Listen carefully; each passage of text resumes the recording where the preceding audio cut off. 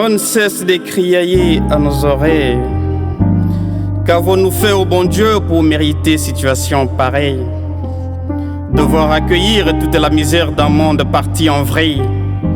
Ce genre un peu chelou, un peu bizarre qui écume nos villes. Leur ombre charrie de plus en plus nos cœurs et nos faubourgs, faisant peser sur notre avenir un poids bien lourd.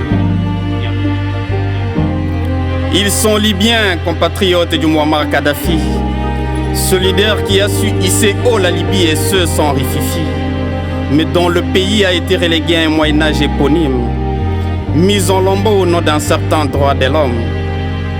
Mais c'est eux qui en France ne sont pas les bienvenus, parce qu'ils sont soi-disant populicides de parvenus.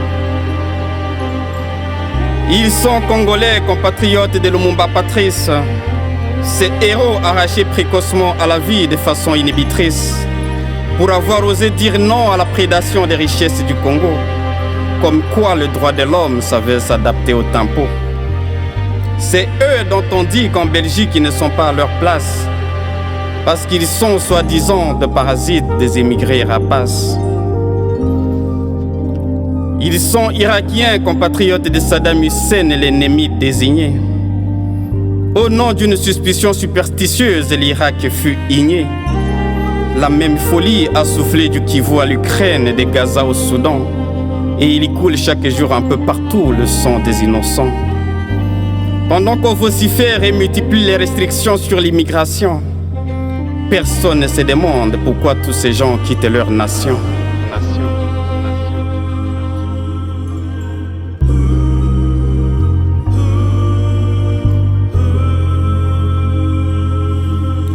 Est-ce qu'on s'est abîmé à fuir la guerre, le chômage et différents disconvenus, juste pour atterrir là où on est de moins en moins les bienvenus?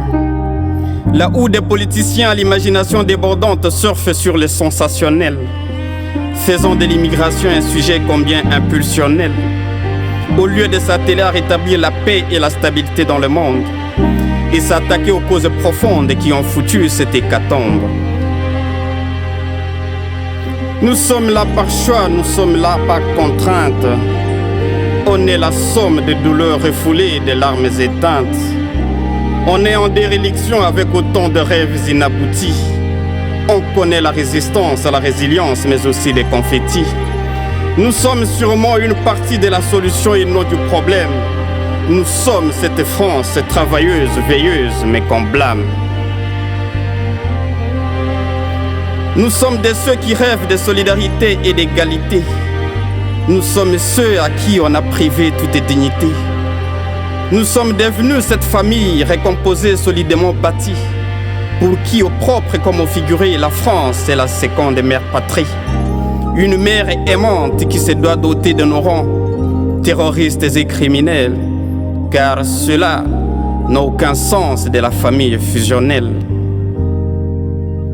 On est-on réduit à être juste bon pour le stade et ses joies fragiles, des pions sur l'échiquier de la chair à canon dans la guerre des missiles.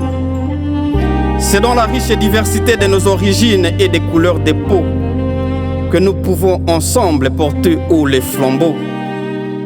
Celui qui promeut la triade liberté, égalité, fraternité, pour un vivre ensemble pacifique avec une bonne dose d'humanité.